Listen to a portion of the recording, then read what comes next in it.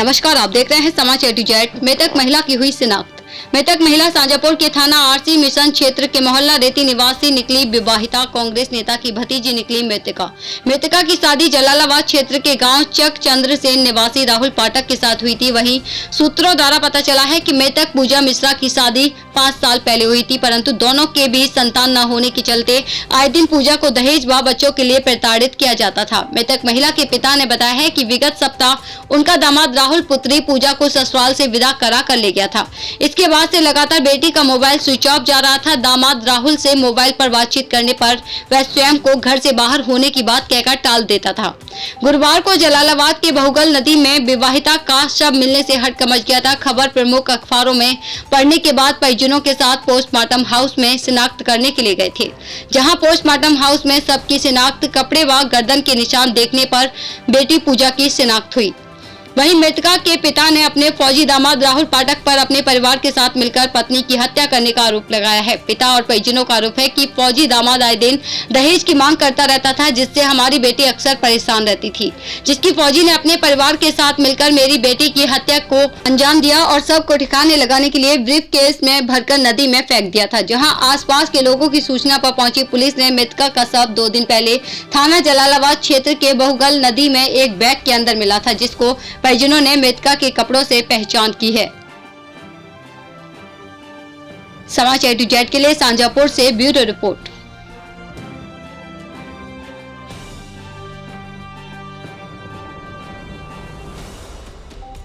बिहारी जी, क्या हुआ था आपकी बेटी से? किस तरह से उसका शव मिला? क्या पूरा मामला है? वो पूरा बराबर जो दामाद था वो पैसा डिमांड करता था। कहाँ तक डिमांड पूरी की जाए?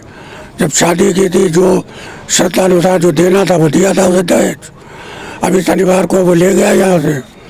आज हमने अखबार में पढ़ा कि जलालाबाद में बैकुंठ नदी में कुछ शव बरामद हुआ है 25-30 साल का।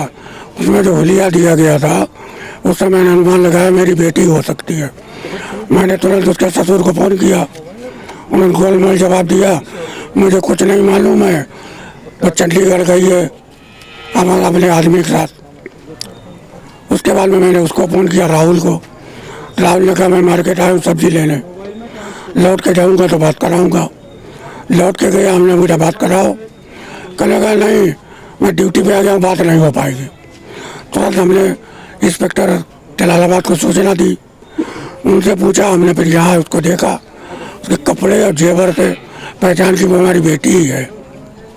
कौन है आपका दामाद? क्या करता है? राहुल पाठक है, आर्मी में है, राम लड़के पाठक का लड़का है। तो क्या लगता है आपको उसने अकेले हत्या की है या उनका परिवार? नहीं, कई लोग हैं। एक तो इनका बड़ा भाई जो कानपुर में रहता है, उसकी बीवी, और ये इनका बाम्मा और राहुल के बहन हुई। तो क्या कुछ मांग है आपकी? सबको कलेज सजा मिले, जिसमें कोई दूसरा किसी की बेटी के साथ ऐसा अमानवीय व्यवहार न करे। कृष्ण विनोद जी, कैसे पता चला कि आपकी भतीजी का ये शव है? क्या कुछ हुआ है उसके साथ? पता ऐसे चला कि मैं तो यहाँ शहर में था, तो हमारे बड़े भाई साहब ने हमें फ़ोन किया। उन्होंने अखबार में पढ़ा कि खड़ार के पड़ोस में एक नदी है, वहाँ पे उसके किसी की लाश लड़की की 28-30 साल की पकड़ी गई है, देखी गई है।